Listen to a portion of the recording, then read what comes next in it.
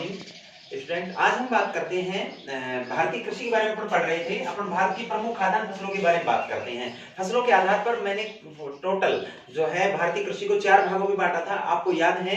सबसे पहले अपन ने बात की थी औद्योगिक एवं व्यावसायिक फसलों के बारे में, खाद्यान्न फसलों के बारे में, उसके बाद बागायती फसलों के बारे में, उसके बाद उद्यान फसलों के बारे में। तो आज हम सबसे पहले खाद्यान्न फसलों के बारे में पढ़ते हैं। और खाद्यान्न फसलों में सबसे पहले हम बात करेंगे आज गेहूं के बारे में। गेहूं, व्हीट। अगर हम गेहूं की बात करें तो गेहूं जो है वो समशीतोष्ण जलवायु का पौधा है। अगर हम इसके बारे में बात करें, ब्लॉक के आधार पर हम बात करें, देखो 0 डिग्री भूमध्य रेखा, इसके बाद 23.5 डिग्री उत्तरी अक्षांश कर्क रेखा, 23.5 डिग्री दक्षिणी अक्षांश मकर रेखा, इसके बीच का ये भाग जो है वो उष्णकटिबंध है। इसके बाद 23.5 से और 66.5 डिग्री उत्तरी अक्षांश, 23.5 से 66.5 डिग्री दक्षिणी अक्षांश, इसके बीच का जो ये भाग है, इस भाग को हम शीतोष्णकटिबंधीय क्षेत्र बोलते हैं। और विशेष रूप से ये जो क्षेत्र है वो गेहूं के उत्पादन के लिए अग्रणी क्षेत्र माना जाता है। यानी जलवायु के आधार पर समशीतोष्णकटिबंधीय जलवायु में गेहूं को बोया जाता है। अब देखो, अगर हम बात करते हैं किसी भी फसल की, तो उसके लिए कुछ अनुकूल भौगोलिक दशाएं होती हैं। अगर हम अनुकूल भौगोलिक दशाओं की बात करें तो सबसे पहले हम इसमें बात करते हैं अनुकूल भौगोलिक दशाओं में तापमान के बारे में।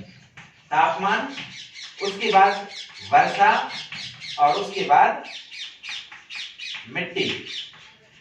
अगर हम गेहूं की तापमान के बारे में बात करें तो गेहूं के लिए बोते समय 10 से 15 डिग्री सेंटीग्रेड और 15 से 25 डिग्री सेंटीग्रेड तापमान जो है उसकी आवश्यकता काटते समय होती है।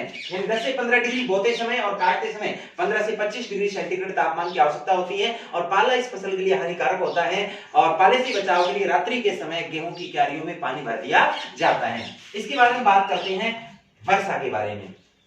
अगर हम वर्षा की बात करें तो 25 से 75 सेंटीमीटर हम वर्षा के बारे में बात कर सकते हैं। अधिकांशतः 50 से 75 सेंटीमीटर होता है। ये 25 से 75 सेंटीमीटर वर्षा जो है इस फसल के लिए आवश्यक होती है। अगर हम मिट्टी के बारे में बात करें तो दोमट मिट्टी जो है, दोमट मिट्टी इसके लिए सर्वाधिक उपयुक्त मानी जाती है। उसके अलावा हल्की दोमट हम बोल सकते हैं, हल्की चिकनी मिट्टी में भी इसका इस्तेमाल हो सकता है। वैसे दोमट मिट्टी जो है वो इसके लिए सर्वाधिक उपयुक्त मानी जाती है। अब इसके बाद हम बात करते हैं इसके उत्पादन क्षेत्र के बारे में। अगर हम भारत में उत्पादक क्षेत्रों की बात करें तो गेहूं का उत्पादन विशेष रूप से सर्वाधिक, अगर गेहूं की बात करें तो वो उत्तर प्रदेश जो है वो संपूर्ण भारत का 33% गेहूं उत्पादित करता है। पंजाब के बारे में अपन बात करें, पंजाब 21%। उसके अलावा मध्य प्रदेश में गेहूं का उत्पादन होता है, हरियाणा में गेहूं का उत्पादन होता है। ये भारत के प्रमुख गेहूं उत्पादक राज्य हैं।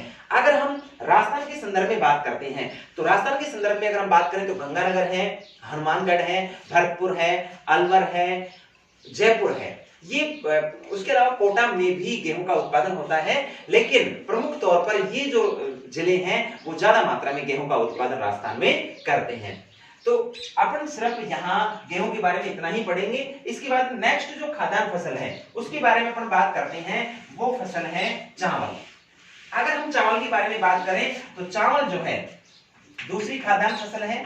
और चावल उष्णकटिबंधीय जलवायु का पौधा है। कौन सी जलवायु का पौधा है? उष्णकटिबंधीय जलवायु का पौधा है। ग्लोब में अभी मैंने आपको बताया 0 डिग्री भूमध्य रेखा, 23.5 डिग्री उत्तरी अक्षांश कर्क रेखा, 23.5 डिग्री दक्षिण अक्षांश मकर रेखा। यानी इन अक्षांशों के बीच जहां अधिक तापमान होता है, अधिक तापमान वाले क्षेत्रों में जो है वो चावल को बोया जाता है। तो चावल जो है उष्णकटिबंधीय जलवायु का पौधा है। इसके बाद अनुकूल दशाओं की बात करें तो अनुकूल दशाओं में सबसे पहले हम बात करेंगे तापमान के बारे में। इसके बाद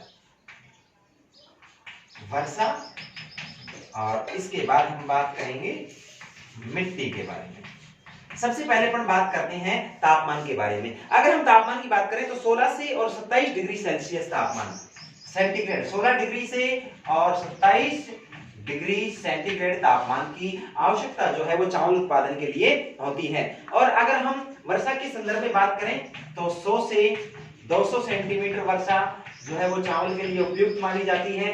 अगर हम मृदा की बात करें तो इसके लिए जलोढ़ मृदा, जिसे हम कछारी मिट्टी भी कह सकते हैं, या फिर दोमट मिट्टी और चिकनी मिट्टी जो है वो इसके लिए सबसे ज्यादा उपयुक्त होती है। कारण क्या है कि इस मिट्टी के अंदर जल के अवशोषण की क्षमता कम होती है और ऐसी मिट्टी में ही जो चावल है उसको मुख्य तौर पर बोया जाता है। इसके बाद हम चावल की फसलों के बारे में बात करते हैं।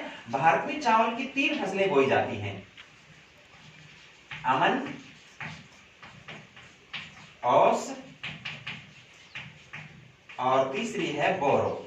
अगर देखो इन तीनों फसलों के बारे में हम बात करें तो ये शीतकालीन चावल की फसल है,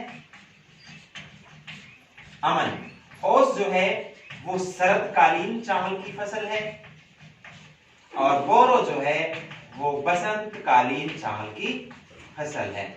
बसंतकालीन या ग्रीष्मकालीन जिसे अपन बोल सकते हैं, ग्रीष्मकालीन चावल की फसल है। तो ये तीनों फसलें जो हैं, अमन, ओस और बोरो, तीनों फसलें जो है वो भारत में बोई जाती हैं। अब इसके बाद हम बात करते हैं चावल के उत्पादक क्षेत्रों की। अगर हम चावल के उत्पादन क्षेत्रों की बात करें तो चावल का 90% उत्पादन जो है वो कुछ राज्य ही करते हैं। अगर उन राज्यों के बारे में अपन बात करें, उड़ीसा है, बिहार है, तमिलनाडु है, महाराष्ट्र है, कर्नाटक है, ये जो मुख्य राज्य हैं ये विशेष तौर पर तमिलनाडु समेत मध्य प्रदेश तक सभी जो हैं वो लगभग भारत का 90% जो है चावल उत्पादित करते हैं। उसके अलावा अगर हम राजस्थान के संदर्भ में बात करें तो राजस्थान के संदर्भ में अपन बात करें, गंगानगर है, हनुमानगढ़ है, कोटा है, बूंदी है, ये चावल उत्पादक करने वाले प्रमुख जिले हैं जो राजस्थान में चावल का उत्पादन करते हैं। राजस्थान चावल के संदर्भ में सिर्फ इतना ही। अगर हम चावल के संदर्भ में बात करें उत्पादन के संदर्भ में, तो हम चावल के उत्पादन की अगर बात करें तो विश्व में चीन के बाद चावल उत्पादन में भारत का दूसरा स्थान है। अगर हम गेहूं के बारे में बात करें तो गेहूं का चीन का प्रथम स्थान, अमेरिका का द्वितीय स्थान, और चीन और अमेरिका के बाद बात करें तो भारत का गेहूं उत्पादन में तृतीय स्थान और चावल उत्पादन में दूसरा स्थान है। आज की क्लास में यही खाद्यान्न फसलें, नेक्स्ट क्लास में और बात करेंगे। धन्यवाद।